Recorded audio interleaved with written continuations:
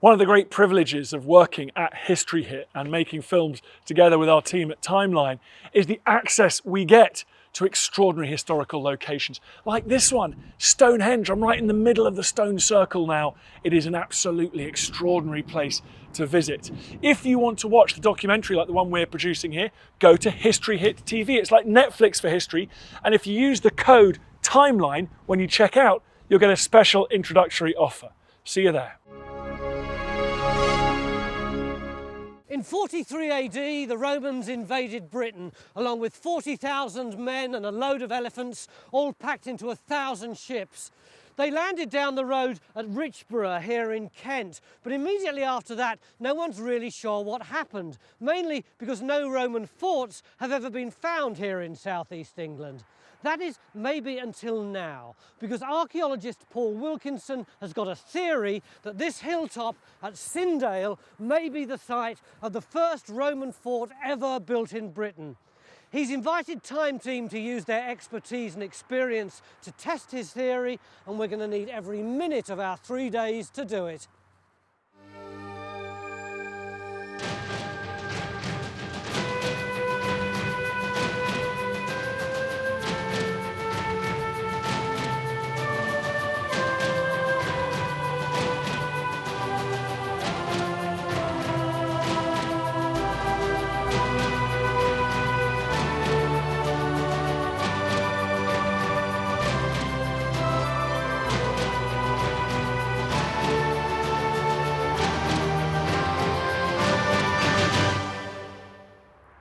To me, this looks like the perfect place to build a fort. You've got a great vantage point all the way around Kent. Perfect place for your sentries to be, but what do I know?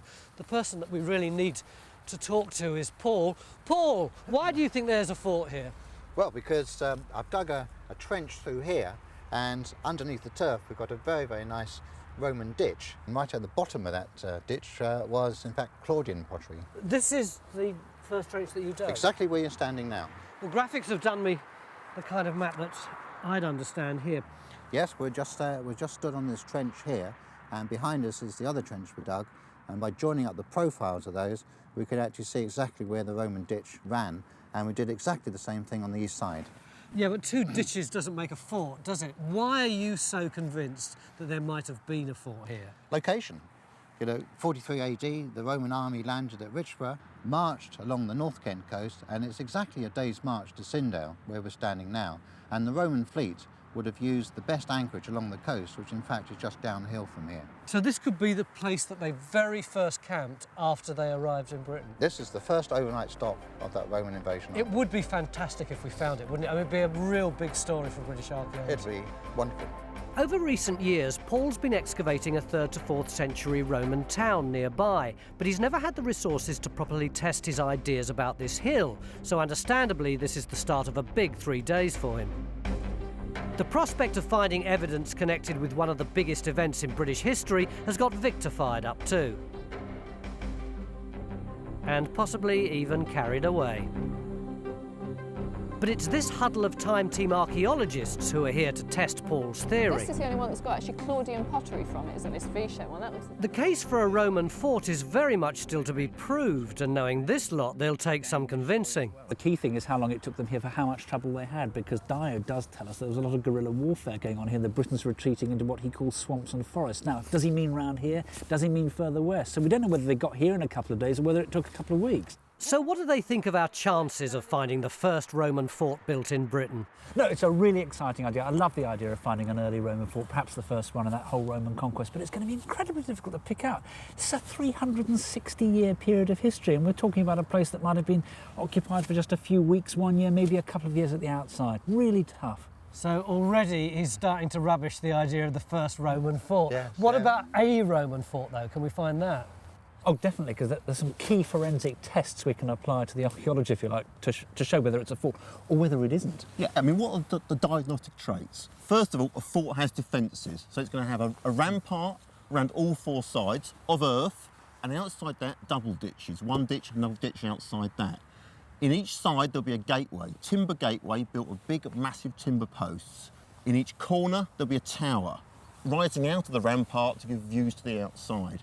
And finally, dating. It's going to be crucial to actually pin down the date of this thing, because we're looking at 10 years in time. So we want pottery, we want the Samian pottery, because this is very, very easily datable. This will help to pin it down even better. Some bits of Roman armour, bits of military equipment. If we get that, then we've cracked it. Well, they don't want much, do they? But to my surprise, their master plan at the moment is to do nothing. That is until Geophys have surveyed the area where Paul found the clearest evidence for a Roman military ditch. The hope is that Geophys will not only detect any other Roman ditches, but show us if the two bits Paul found join up. This would in fact reveal the shape of the fort. Phil explains to the diggers that there's going to be a bit of a wait, but maybe not, because Stuart has a plan of his own. This one, which is asked graphics to fit to the scale of the modern map of the site. Hello, Stuart. Hi, Tony, can you see where I am under the big tree to your left? Stuart's interested in this big earthwork bank that's always been thought to be part of some fancy gardens that went with a grand house that was here in the 18th century. We've actually got a plan here of the 18th century gardens. This is dated 1760, and we've put it to the same scale. And if I overlay it, can you see, that's the road at the top, that's where the house is there. Can you see the symmetry of the gardens that go with the house? Yeah. It's nowhere near It's not, this is it? earthwork here, and it's on a totally different alignment as well. So even though they were right in saying that this was an old garden, they may have used something that was here before and stuck that on top. That's what I'm wondering. I think it's such an obvious earthwork and the shape and form of it. We've got to have a look at it. Even if it is a later feature, what's it hiding? Is it hiding any aspect of an earlier landscape? Phil, come over here, mate. So, a change of plan. We're going to get a trench in. Oh, what? Stuart's given us a target to dig that's not dependent on Geophys. Good evaluation trench. Down the scarp, out here, 20 metres long. It's going to be our first test of the site, to cut through the bank to see if there's anything underneath. It's that first hole, isn't it? And it's going to be a long trench to see if we can find a continuation of the Roman ditch Paul discovered. So the process of testing the theory that there is a Roman fort here has well and truly begun. Maybe take a shade more off, but we're getting close, Oh, aren't we? now then. Oh. Now then. That's a bit more like it, isn't it? That looks to me, that's Roman, isn't it? Yeah.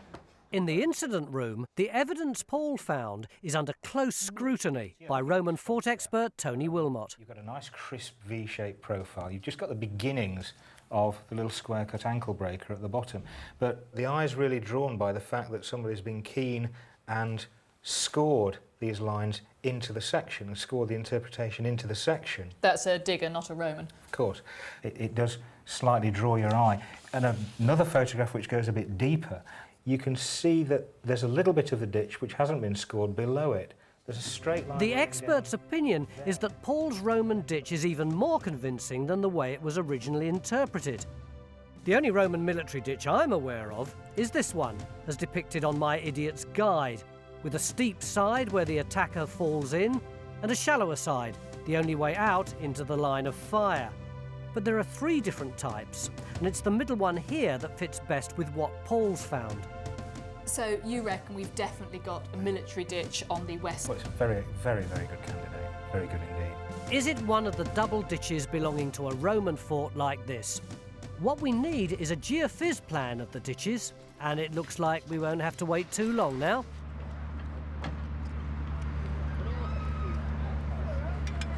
Ah, they're Roman, all right. Now, the question is dating. This looks like Belgic grog tempered ware. It could be any time between the late Iron Age and about 100 plus AD. Just slow down a minute. Belgic grog. Tempered, yes. So what does that mean? It means the pottery, it's both handmade and wheel turned. It's fired black. It contains the grog. In this context, is not rum. It's pre-fired clay, ground up clay, mixed as a filler with the clay of the pot itself. You want experts? Yes. This is the expert's expert. Phil's just got a rim. Ah, Tony? right. Now look, that looks a bit more diagnostic. Now I'd like to get this cleaned up. This looks awfully like it's from a biconical beaker. in Upchurch Ware, which should date from about the year of the conquest through to 100 to 130 AD. Quite a nice diagnostic piece. So maybe what we've got is a bit of mixed up earlier pottery with some later pottery, which is guess what you expect, because this is the first layer we've got to. So if we keep going, Phil. Good stuff. And now at last we're going to get to see the much-awaited Geophys results. And their first survey contains good, bad and very bad news. The good news is that they've detected these clear features. The bad news is that they're relatively modern, this one being a recent field boundary. We know this because it's in the wrong position to be the ditch Paul found, that's here. The very bad news is that Geophys can't see Paul's ditch or any other Roman ditches that might be here. We need to do a lot more work, but I suspect you're not going to want to wait for us. Neil, I've heard of anticlimaxes, but we've been waiting for 2/3 of a day to get information which would allow us to find out whether this was the first Roman fort in Britain. And we've got one black blob that he's not all that keen that we should put a trench in anyway. Sure. I think it's time for plan B, don't you? It sounds like it. Which might be? Well, we said there was a series of checklists, didn't we, the things we wanted to find. So why don't we try and attack that? And it seems to me maybe the best place to go is round to the front of the fort, nearest to where Watling Street is. The M1 of Roman roads, Watling Street, actually cuts across the edge of our site. It looks as if Watling Street actually goes over this earthwork as a physical relationship, suggesting that Watling Street is later than this earthwork. What date is the Watling Street fort? We've got pottery from the lowest levels of AD 50-ish. So that would, if that's correct, that would suggest that this earthwork is earlier than AD 50-ish. So it's either very early Roman or it's pre-Roman. And if we can nail that down, that's a start, isn't it? So, test number 2. We're opening up our second trench here where the big earthwork bank turns. We want to know if this could be the corner of a fort and how the earthwork itself relates to Watling Street. Deeply buried archaeology, difficult geology, whatever the reasons for Geophys not working, the fact is that without a plan showing where the ditches are, our task has become that much harder. But not impossible, because we have Stuart's expertise to fall back on. His suggestion to position Trench 1 here has revealed a completely new ditch that was hidden by the earthwork bank. Where is it? Well, I'm standing on it. You can see the yellow natural there and the yellow natural behind us. All right, you need an expert eye to see it at the moment, but this ditch is about 15 metres away from the one Paul discovered that should show up somewhere about here in Trench 1. Digging was very much part of daily life for a Roman soldier. I've come to give you a bit of a hand with the digging. Oh, good Lord. Sorry I'm a bit late. Roman soldiers had to dig defensive ditches in pretty much full armour in hostile territory. That could come off as well, can it? Thank the Lord for that. Phil's enlisting in the Ermine Street Guard for the day to find out what it was like.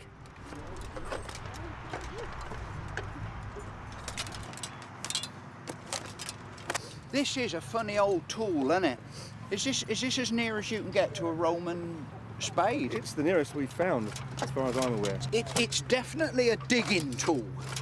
I mean, you see, you dig with it, and in this nice brick earth, it's a good tool to use. Yeah. But where you're in problem is if you're going to try and shovel with it like that. Yeah. And that's where I would miss a decent shovel. You can't get down there, and it's a poor design. I'd have said it's a poor design. Yeah. Well, I'm not sure Phil would approve, but over in Trench 2, we've got what we think is our first coin, resting on a shovel, ready for Guy to see. Look, Guy, I think we've got a little coin. It's come out the spoil heap, found by the metal detectorist. Right, the key thing is the size. That takes us straight... But look, you can see... It's quite clear, isn't it? The legend's quite clear. Let me just see if I can get that up. You're right, it's definitely 4th century now, because I can see that little victory on the back and the mint mark round the edge. It's in the middle to 3rd quarter of the 4th century. So it is in fact 300 years after the invasion. What we're looking for is signs of 1st century occupation, ideally military finds, although not the bits dropped by Phil. So is that how military equipment gets lost? That's exactly how it gets lost. Yeah, it's just spun around on the pin and slipped off. It's a really cold day, but this exercise has got Phil thinking, and not just about where the wind's blowing. I mean, the other thing that I've been aware of since I've been digging here, and something you just never see on a site nowadays, is all the hobnail marks. And I mean, it must have been something which was always there on a Roman site. If you had Roman military building a thing, you'd have hobnails. Yeah. I mean, I thought it would be a bit more, I don't know, uncomfortable to work with all this armour on. I mean, it is a bit like trying to shovel or dig in a straitjacket, yeah. But actually, there's actually not too bad at all. Yeah, there is a bit of sort of chafe in there. Yeah. And I'll tell you what, I have warmed up a bit. I'm glad you have. Just a few hours ago, Neil said to me, don't worry about this trench, it won't take up much time or labour, we'll just use the JCB, whip up the topsoil, and almost immediately we'll come down on fines. Now look at the depth and the length of this thing. Neil, you've gone stir crazy. It hasn't quite gone according to plan, Tony. We thought we'd go through this topsoil and that this was the natural subsoil, but Kerry's been digging into it. I mean, it feels like natural. It looks like natural, but it's got Roman pottery in it, which means this is Roman infill down at this depth. Malcolm, what do you think of the pottery? Well, let's have a look. Now, this is Samian. This is a very eroded Samian, it's lost its surface. It's from a Dragendorf 36 dish, post 70 AD. Post 70 AD? Yes. This piece, this is an inverted rim cooking pot, very heavily everted, probably 3rd century. Third century? Yes, probably 3rd century. This is from the carinated girth of a biconical. Not the carinated girth of a carinated girth of a biconical. This is probably the first time that our viewers will ever have seen a corrugated girth of a biconical. Yes, it's so what you're saying... What sort of year is that? Between 43 and 130. So what you're saying is that this deposit down here is 150 years later than our putative Roman fort? Could be. So we've got to get down another 150 years of topsoil before we get on the what we're looking for. I think so. I think what's happened, Tony, is that all this brown stuff, which has got Roman pottery in it, I think this is actually to do with the 18th century park. What they've done is actually move large amounts of earth about to make a flat parkland landscape. And making it all the more difficult for us. But at least now we know the Roman archaeology is buried at different depths across this site. Which is why we're wasting no time opening Trench 3, because as well as locating Paul's Roman ditch in Trench 1, we want to see if it also continues in this direction. It's been a long, cold, frustrating day. We've shifted an awful lot of dirt, and I think we started to think we were never going to find anything decent. But now things are looking up, aren't they? No, we haven't quite turned the corner yet, but this is a brilliant find because it's one of the key things that we need to pin it down to the invasion. The coin of Claudius. Claudius, that's the 4th emperor of Rome, the doddering half-wit put in place by the soldiers on his invasion to Britain to prove his whole position, to show that he's a great emperor. Here we go, see the name really clearly there, Claudius. Great thing is the coin's not very worn. Despite the corrosion, that means it's been lost fairly early in its life. Dan, where did the coin come from? That coin came from about 3 inches below this marker that we've put in here, right on the top of the lowest piece of material in the ditch. So we've still got a fair way to go to get right to the bottom, but it's looking good. So maybe that lower fill is actually going to have the Claudian pottery to go with that coin that we've been looking for all day. So you think we could find this fort? This is a great start, it really is. Earlier today, the graphics people gave me this idiot's guide to what you need to find a fort. Samian pottery, corner towers, military finds, a gateway, double dishes. Join us after the break when I'm betting that we'll get decent archaeological evidence that right here we've got a Roman fort just like that.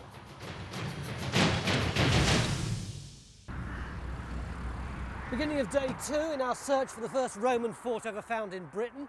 I got really excited yesterday because down here we found a ditch, and in it there was a very early Roman coin of the Emperor Claudius. Hopefully we'll get lots more goodies in there later on. But puzzlingly, we didn't find a ditch here which would line up with the ditch that archaeologist Paul Wilkinson found over there last year, which got him thinking there was a fort here in the first place. So where is that ditch? We think maybe we're not down deep enough yet, and the big quest today is to get on down. Which is going to be easier said than done. It's difficult enough to see each other, let alone the archaeology. Right. So we're going to find a Roman fort in here today? We're testing a theory that there was once a Roman fort here, but struggling without any guidance from Geophys, whose results so far have been foggy too.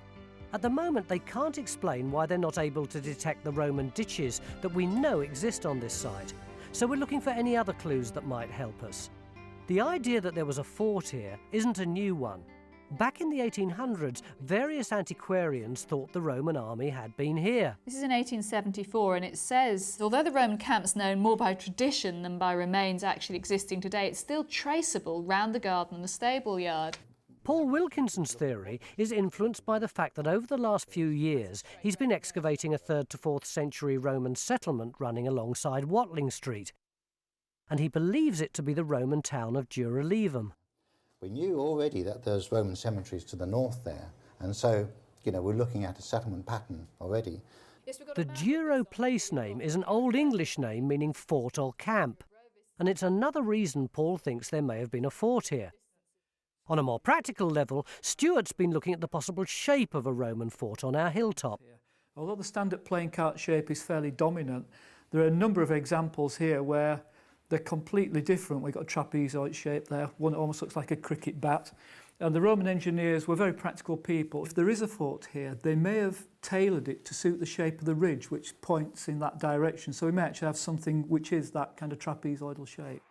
So Stuart reckons that if there is a fort here, it could be this shape. But so far, all our efforts have been focused on the western side, and now the feeling is that it's time to change our strategy. Stuart, you're looking restless. I'm just a little bit concerned at the moment because we've got concentration on ditches on the west side. Yeah. I mean, whatever we've found, we've still only got ditches there. I think we need to broaden our horizons and demonstrate that we've got another side to this possible fort. I think we've got to sort of move over to the east and see what's happening over there. The important thing is to demonstrate we have actually got an enclosure. That's right, yeah. I was hoping that Geophys might have better luck detecting the other Roman ditch Paul excavated on the eastern side of the site, but once again their equipment just isn't seeing it. Yeah, what we need to know is if it carries on down there to form a second site to this enclosure. I think you should just put a trench in on the basis of your alignments. Let us continue surveying. Yeah, I think it's what we're going to have to do. I mean, we did it over there and we've got some results. So if we do the same tactic here, put a long trench in to cover where that ditch might go, and then it'll allow your picture to build up as well and see if it fits in between the trenches, won't it? Our picture of nothing. I thought I'd say that before you did. To add to our problems today, our team leader Neil has to leave us to attend an important meeting. But before he goes, I want to talk to him about my empty checklist. Should I be getting worried? I've got not one tick in any of these boxes. No, but we've got the 2 coins, which are almost like half a tick, if you like. Why? Why are these coins so significant? Why do they say military? They're just coins. Well, they're coins that came over with the Roman army, and they circulated for about 20 years after the Roman invasion. Where you find them, they are almost exclusively associated with the Roman army. So they're very strong evidence that there was something happening here at the right time. I think the question is, have what we found in the trenches, does that relate to what those coins originally came from? Yeah. So we've got to keep going. I mean, there's certainly not time to panic. He's right, because the ditch we've discovered under the earthwork bank could be part of the fort. It's big enough and in a good position on the brow of a hill. Beautiful edge there. We're going to get a similar beautiful edge there. This thing's going to go right down, great big V-shaped thing. Are you convinced that it's Roman, and does it look like a defensive absolutely. ditch? I mean, we got the Claudian coin out of there yesterday, in amongst masses of Roman material, so yeah, no doubt it's Roman. Well, I think both Dan and I are hoping that the Roman ditch we've discovered here could be one of the 2 defensive ditches that you normally get around a Roman fort. The ditch Paul found would be the outer of the 2. But the mystery at the moment is that we can't find any continuation of Paul's ditch, either in Trench 1 or over here in Trench 3. Because of this, we're now reopening one of Paul's trenches to check the alignment. So why do you need Henry? Well, that's what I want the little fella for. I mean, look, you see that pile of dirt right Phil wants Henry to work out how much deeper we'll have to dig to get down to the same Roman level that Paul found, given the dumping of soil that's gone on in this area. Henry? Yep. Did he call you the little fella? Shall we deck him? Actually, there's not a lot in it. At least we're not superannuated old hippies. Very good point. I think everyone's agreed that this is a pig of a site to get to grips with.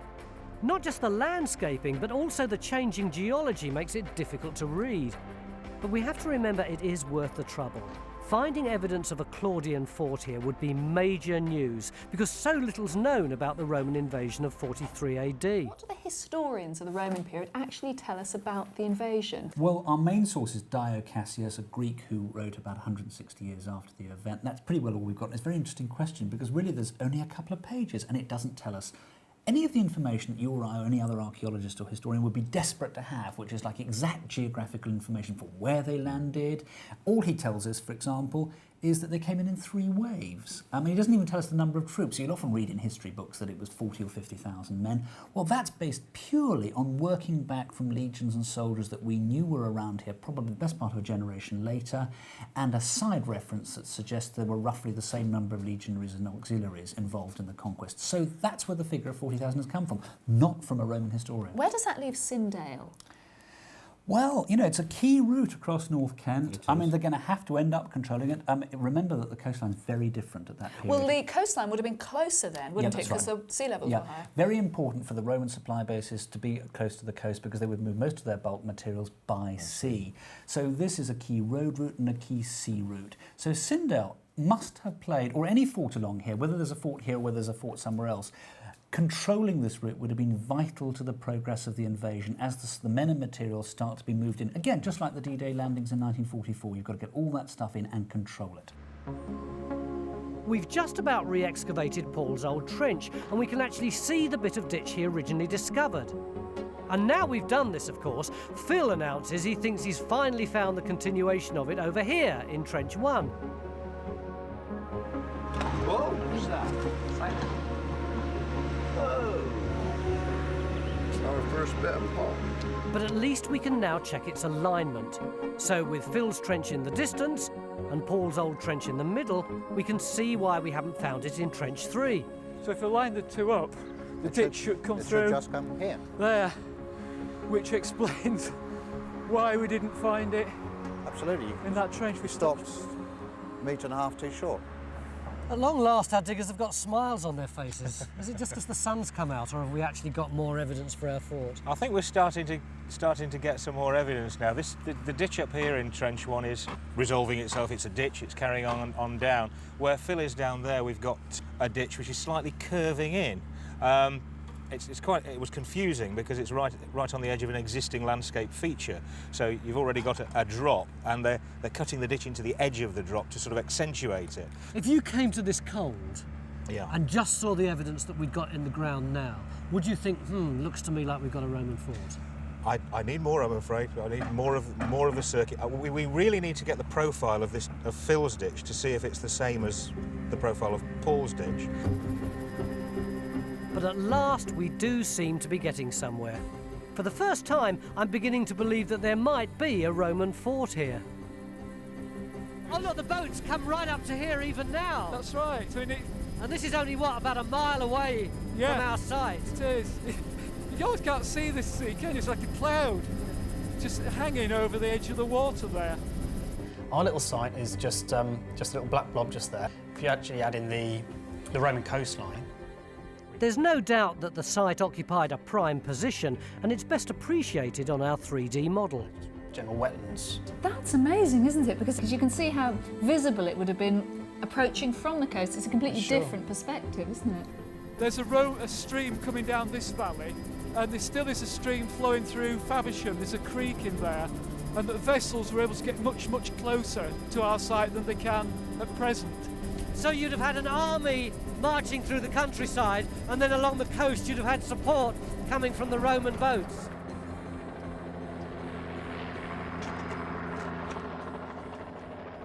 Finding a gateway into the fort is high on my checklist, and the fact that the ditch Phil's discovered appears to be turning suggests we could have found it. Entrances to forts varied quite a bit. Some had curving ditches, others didn't, but most had an outer bank preventing attackers charging the gate. The current debate is about how we sort out what we've got. I think we do need to extend the trench, at least 5 metres and possibly even further, to try and get that outer bank. All that level, all that stuff down there has been so heftily landscaped that any banks, we're not. I'm sure we're not going to find them. I know you've been ignoring the geophysics up until now. I mean, if we look at what's in the trench and what we've got in our results now, is that not what you're talking about, Lorenzo? That looks absolutely perfect. Look, this is the sort of shape of the outer bit you'd have. It comes along like that, then curves out in that S shape, then starts up again after a gap. And that's exactly what you've got there, a long curving out in the S-shaped gap and starting up again. This is fantastic. Well, Carenza sounds convinced, but the geophys still seems very foggy to me. Nevertheless, we're extending Trench 1 to find more of Phil's curving ditch. Thankfully, over in the eastern field, progress is much easier to understand. Well, we haven't found any Roman ditches in this trench, and we haven't found very much in the way of Roman finds, Despite actually. our hopes. Well, yeah, there's much nothing really that's definitely first century. But the thing I thought you might want to see, Phil, is these hobnails. I wonder why you'd ask me to bring these over. Yeah. Oh, it's a high maintenance world, you see. These are always falling out. Look at that, those little rounded heads like that, and then just where they've been bent over. But they don't have to be military. No, you're right. They don't have to be military. The other thing is, and we've got to be careful about this, we know that loads of Roman graves have been found in the area. Putting a pair of shoes for the journey to the underworld in a grave is a commonplace thing for Romans to do, and what you get are the iron hobnails left behind. Tell me about it, I've dug dozens of them. This site's been a nightmare for geophys, but they've not given up yet. Go ahead, Chris. John, we just finished a block of resistance survey in the eastern field, and I think we've actually got some interesting results this time. Oh, That's what I'm just saying to you. At last, a glimmer of hope for geophys. It seems their latest results may have detected a huge ditch on this side of the site. One of our frustrations has been that we've only got little bits of a ditch around here, and that means that we've no idea what the size of the thing is or what shape it's in. But if we've got a piece around here, then that really is an important piece of the jigsaw defining the area. We could know whether there's a really good chance of there being a fort here or not, just from that, couldn't we? We need to see it on the ground.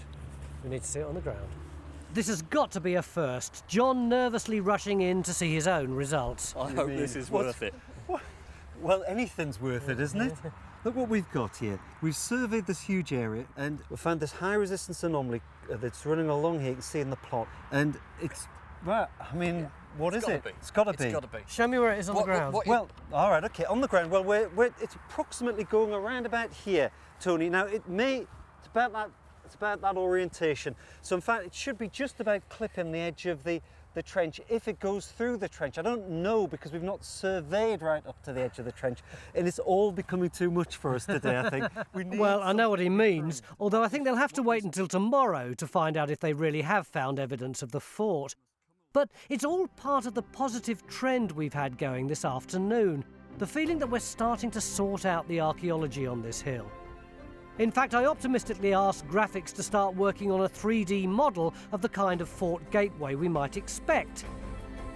And I reckon it's this that's put the kibosh on it, because now I'm told the gateway has disappeared. The devastating news is we couldn't find any more of Phil's curving ditch because it's been quarried away. And even after massively extending Trench 1, there was no trace of the other side of an entrance. As if this isn't bad enough, after extending Trench 3, we still couldn't find any continuation of Paul's Roman military ditch in this direction. We're following the right lines of inquiry, even if we're not getting the answers. Hello, Neil here. Hi Neil, it's Tony. Are you still in your AGM? One thing's for sure, we're going to need our team leader back to try and sort it all out tomorrow. In our ditch, well, it goes halfway round that turn and then it just stops. I think let's just assess what we've got. Let's have a drink. Yeah. Have a look at it after a drink, and we'll go at it tomorrow morning with a fresh pair of eyes. find us. The mood's mixed, but maybe we can still solve the puzzle. Certainly Paul Wilkinson still believes there's a Roman fort here. How do you know the military? How do you know the military? This young man from English Heritage tells me. We've got a couple of V-shaped ditches, but they're not continuous, and the discontinuities aren't gate-like. They're just stops. I mean, okay, we came here looking for a fort, and I mean, it's looking as though it's slipping away. That doesn't mean to say we got to give up on it. Oh, no. But equally, if we haven't got a fort, what the hell have we got? Yeah. And it's just as interesting to find out what the hell we have got. Join us after the break, because I promise you that tomorrow we'll sort all this evidence out and find out one way or another exactly what's here.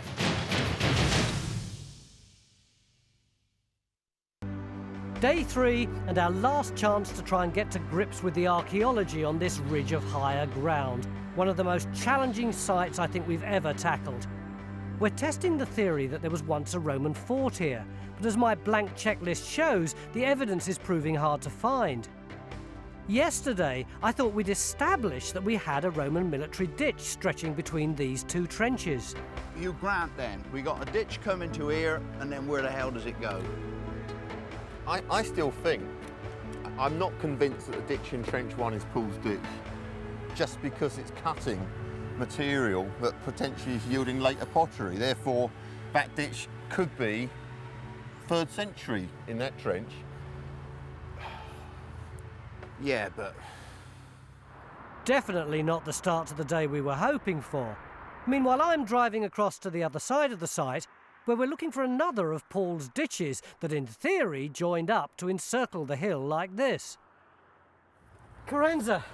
Hi there. I don't see you actually leaping up and down with enthusiasm, so presumably you still haven't found the ditch. No, this peg is on the point at which it should come through, given that those ranging poles are on the line of the ditch. And as you can see, looking in the trench, there's nothing in there at all.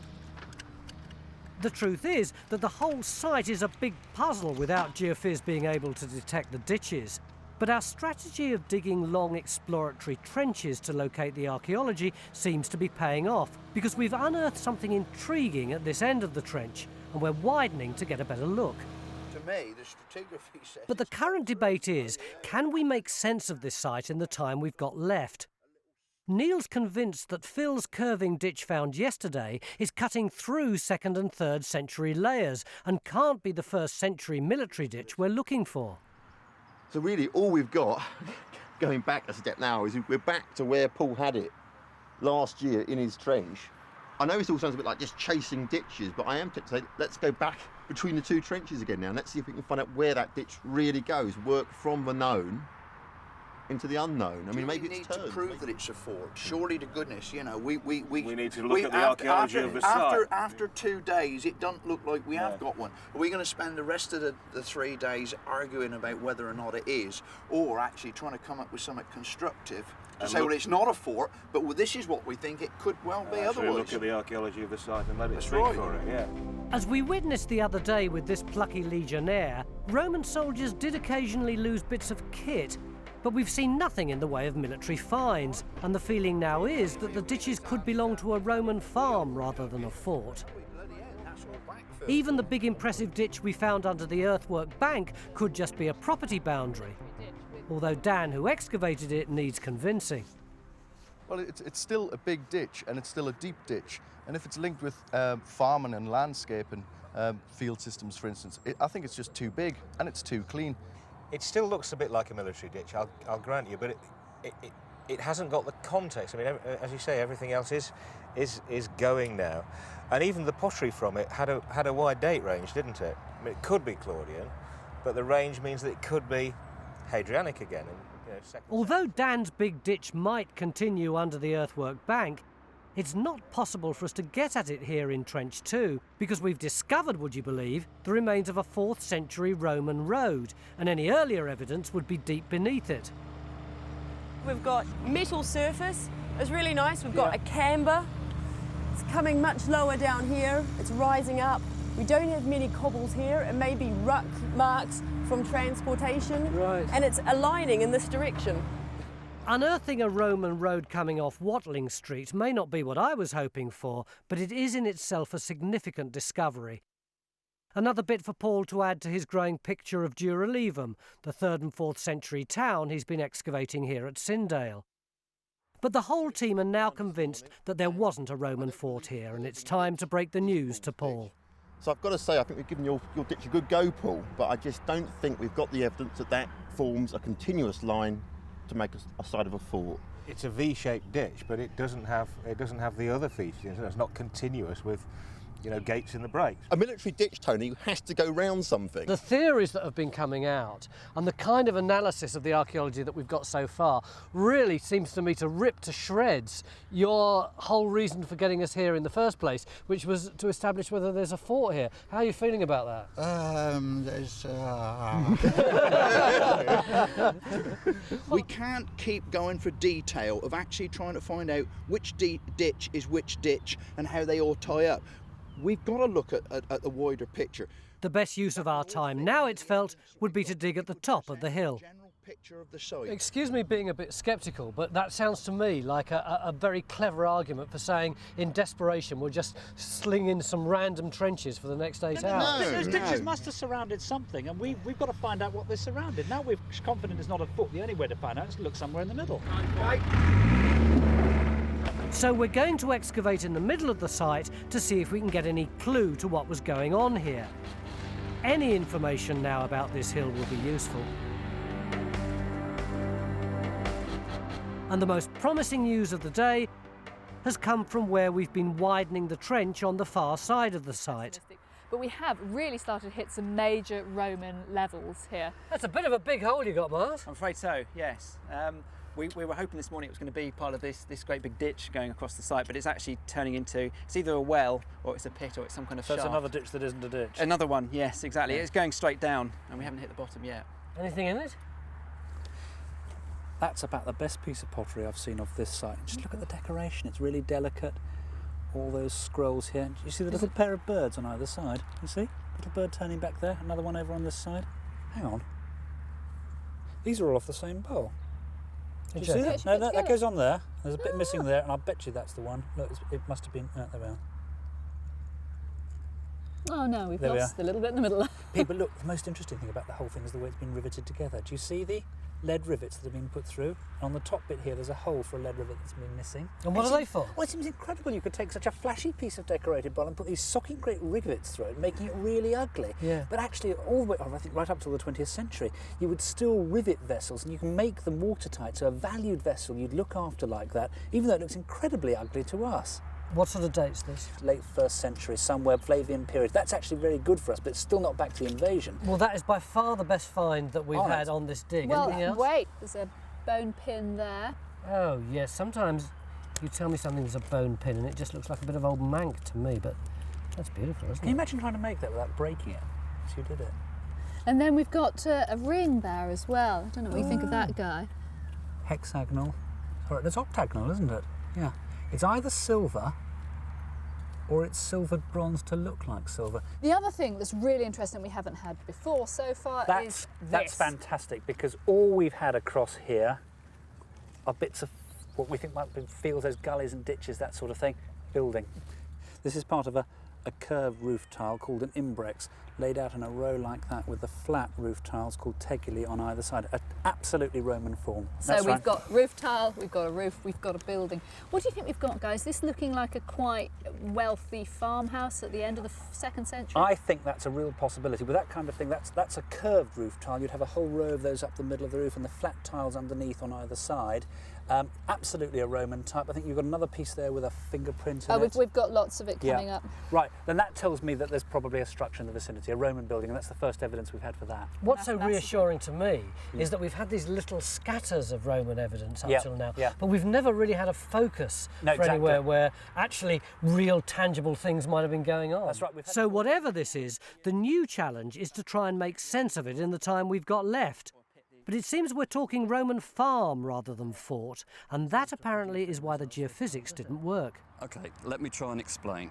If we look at the magnetics, if you've got a ditch, and that's part of a fort, inside the fort, you'll have lots of activity, burning, rubbish pits and so on. When the fort goes out of use, the material, the burnt material, goes into the ditch fill. When we walk over with the magnetics, we get a strong signal. If that ditch is actually just a field boundary, there's no fort, then you don't have the burning, you don't have the rubbish. So the fill that goes into the ditch, it's sterile. When we walk over, no signal. That's the magnetics. The resistance, look at the same ditch. Normally the fill's waterlogged, so when we go over, the currents pass through easily, we get a low signal. If that ditch is on a slope, then the water drains away down the slope. So when we walk over, no signal. So that's 2 reasons. Any more? How long you got? Geophys can take some consolation from the fact that our evaluation trenches have now established that there wasn't any Roman archaeology to be detected on top of the hill. But there is one last chance for Geophys. Given that we're now finding evidence of Roman settlement in this field, they've nervously suggested that we check out the one large anomaly they detected close by. So what's this trench in aid of then, John? Look, that's what Chris got yesterday. This huge anomaly running through there. High resistance. So where's our trench? Trench is going right across there.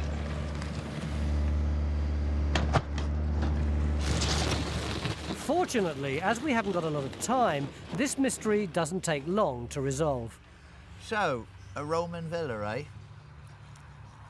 Where did that come from? Well, I thought that this, somebody suggested that maybe this was going to be the wing of a Roman villa. Who? You've answered the question. It's gravel. Yeah. But it's where we said it was going to be, Phil, so that's all that matters. Would you believe it? It's that parkland landscape again. And this is probably the worst geophysical site we've been on, and we want to go home. Don't rush away, you could sell the aggregate rights. If only back in the 18th century they'd known that creating a park here would cause so many problems. But later landscaping isn't the reason we've had to dig deeply here. This, we've now established, is a Roman well stuffed with clues about daily life here in the 1st to 4th century. Miles, this is my favourite bit of the site. You've got more finds. Yes. It's a 3rd century coin. See that little radiate crown on the head? Yeah. 3rd century. Anything else? Yeah, these are just coming up in and around the area of the shaft. Right, bit of metal wear. That's very heavy, isn't it? Feel that? Whatever is that? Well, I think it might be a weight off a steel yard. You know those olden day balancers where you'd have a shaft with weights hanging off it on a hook? So you just slide it on. It's so heavy that must be its function. It's certainly got a suspension hole. And this? Right. Red wear. Do you see the finger marks there for the decoration around the frill? There's a place over in Hertfordshire called Much Haddam, which produced quite a distinctive sort of red pottery, some of which had faces on the front, dating to the 4th century, some a little bit earlier. But again, you know, you've got a complete mishmash, haven't you, of dates all the way through the period? Yeah, I mean, it's mostly 3rd and 4th century, but there's little sort of bits of 1st. Have you got different levels in it, or is it just all mixed up? The actual shaft is just one homogeneous fill going right the way down. So somebody's gone around bulldozing all the rubbish off the surface here, haven't they? At one point dumping it in, yeah. So in the end, although Victor enjoyed his chance to draw the Roman invasion of 43 AD, we didn't find any evidence of military activity at Sindale. The evidence we unearthed points more to a picture like this, of a 2nd to 4th century Romano-British farming settlement that was most likely reusing ditches that had been open at the time of the invasion and part of an Iron Age landscape. Or at least that's the latest theory for consideration. I think that's going a bit beyond the evidence really, Guy, you know. I mean, in the end, we've got a series of ditches, haven't we? None of which have the same fill as each other. None of Put any bunch of archaeologists together and they'll end up arguing theories. But there's one thing that we're all agreed on, that we've scotched the 150-year-old idea that there was once a Roman fort on this hill. Which means, of course, that the first Roman fort ever built in Britain is still out there somewhere, just waiting to be found.